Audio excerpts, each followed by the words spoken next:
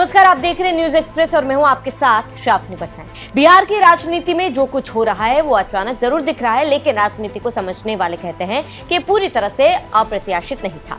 होली के दिन सुबह सुबह आई खबर ने पटना से लेकर दिल्ली तक हलचल मचा दी। ये खबर थी बिहार में एनडीए के अंदर सत्ता परिवर्तन की। सबसे चौंकाने वाली बात ये थी कि सुबह तक खुद बीजेपी के प्रदेश नेतृत्व को भी इसकी भनक नहीं थी। मतलब बिहार की राजनीति में कुछ ऐसा पक रहा था जिसकी खुशबू तो दूर, धुआं तक बाहर नहीं आया था।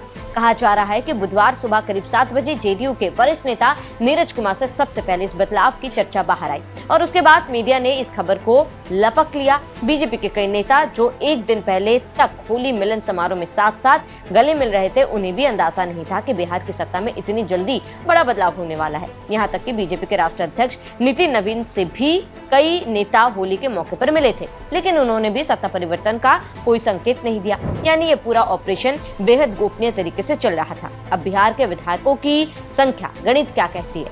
बिहार में विधानसभा की कुल सीटें 243, बीजेपी 79 सीटें, जेडीयू 85 सीटें, एलजेपी 19 सीटें, हम 5, राष्ट्रीय लोक मोर्चा 4 सीटें। ये आंकड़े साफ बताते हैं कि संख्या के हिसाब से बीजेपी अब एनडीए की सबसे बड़ी ताकत है। पिछले 2 चुनावों से ये देखने को मिला है कि नीतीश कुमार मुख्यमंत्री तो बन रहे हैं, लेकिन राजनीतिक ताकत बीजेपी के हाथ में बढ़ती जा रही है। मतलब ये है कि जो कभी बिहार के राजनीति के किंग मेकर थे, अब खुद सत्ता संतुलन के सहारे टिके हुए हैं। जानकारी देते चले कि इस बार गृह विभाग को लेकर बीजेपी ने नीतीश सरकार पर लगातार दबाव बनाया था, जहां से ये साफ होने लगा था कि बिहार की सत्ता में असली ताकत किसके पास है। राजनीतिक विश्लेषक कहते हैं कि बीजेपी अब बिहार में सहयोगी की भूमिका में बाहर निकलकर मुख्य संचालक बनना चाहती है और अगर ऐसा होता है तो ये बिहार की राजनीति में पिछले 20 साल का सबसे बड़ा बदलाव होगा। लेकिन अब सवाल है कि नीतीश के बाद कौन बीजेपी के अंदर खाने। जो नाम सबसे ज्यादा चर्चा में है वो है उजियारपुर से सांसद और केंद्रीय गृह राज्य मंत्री नित्यानंद राय। कहा जा रहा है कि उनका यादव होना इस फैसले में अहम भूमिका निभा सकता है, क्योंकि बिहार की राजनीति में जातीय संतुलन हमेशा सबसे बड़ा फैक्टर रहा है। सूत्रों का कहना है कि नीतीश कुमार भी नित्यानंद राय के नाम पर उतना विरोध नहीं करेंगे। अब सवाल उठता है कि अगर बीजेपी को ही मुख्यमंत्री बनाना है तो फिर सम्राट चौधरी क्यों नहीं?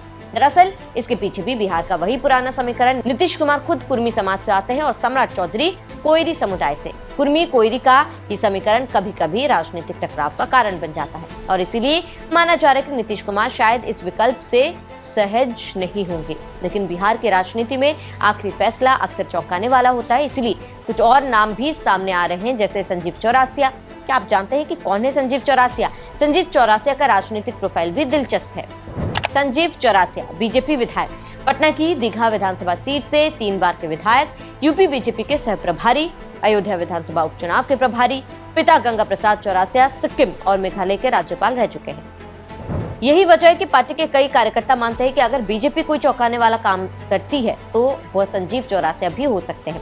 लेकिन असली सस्पेंस अभी बाकी है। बीजेपी के कई नेता खुद कहते हैं कि हमें नहीं पता कि प्रधानमंत्री मोदी के मन में कौन सा नाम है, क्योंकि अक्सर देखा गया है कि जब अमित शाह अचानक सक्रिय होते हैं तो राजनीति में कोई बड़ा फैसला होने वाला होता है। सूत्र बताते हैं कि बुधवार शाम तक अमित शाह के आने की चर्चा भी नहीं थी, लेकिन अगर वह पटना पहुंचते हैं तो समझिए कि फैसला भी जल्दी सामने आ सकता है। अब देखना होगा कि मोदी शाह किसको आशीर्वाद देते हैं।